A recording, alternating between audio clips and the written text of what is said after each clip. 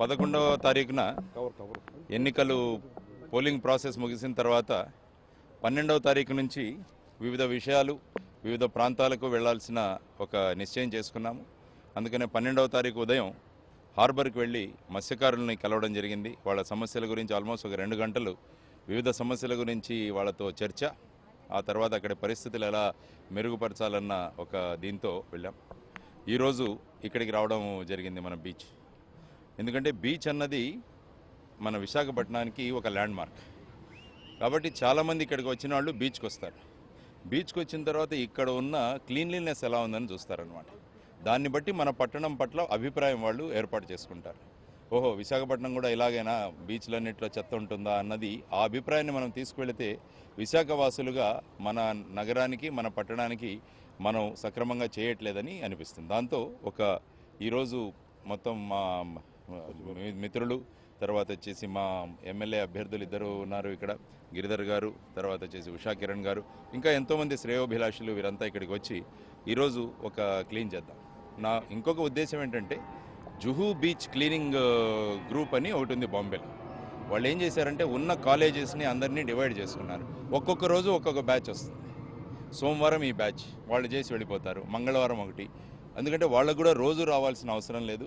తర్వాత వాళ్ళ టర్న్ నెలకు ఒకసారి వస్తుంది. కాబట్టి ఏ రోజైతే వాళ్ళ టర్న్ ఉందో ఆ రోజు పెద్ద సంఖ్యలో వాళ్ళు వచ్చి మొత్తం క్లీన్ చేసి వెళ్ళిపోతారనమాట. కాబట్టి అటువంటి కాన్సెప్ట్ను కూడా మనం విశాఖపట్నంలో తీసుకురావాలన్నది మా ఉద్దేశం. తర్వాత ప్రజలకు కూడా ఈ శుభ్రత గురించి దీని గురించి కూడా కొద్దిగా అవగాహన కల్పించడం. ముఖ్యంగా మేము ఇప్పుడు శుభ్రం చేసిన ప్రాంతంలో ప్లాస్టిక్ స్పూన్లు చాలా అధిక సంఖ్యలో కనపడ్డాయన్నమాట.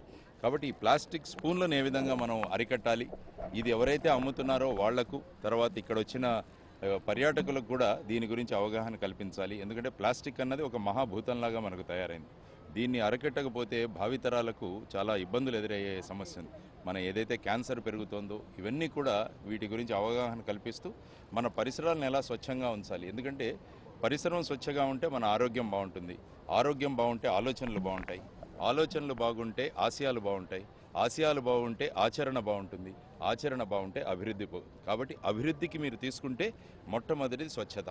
అందుకనే మహాత్మా గాంధీ గారు కూడా ఎప్పుడు కూడా గ్రామాల్లో స్వచ్ఛత దీని గురించి మాట్లాడారు.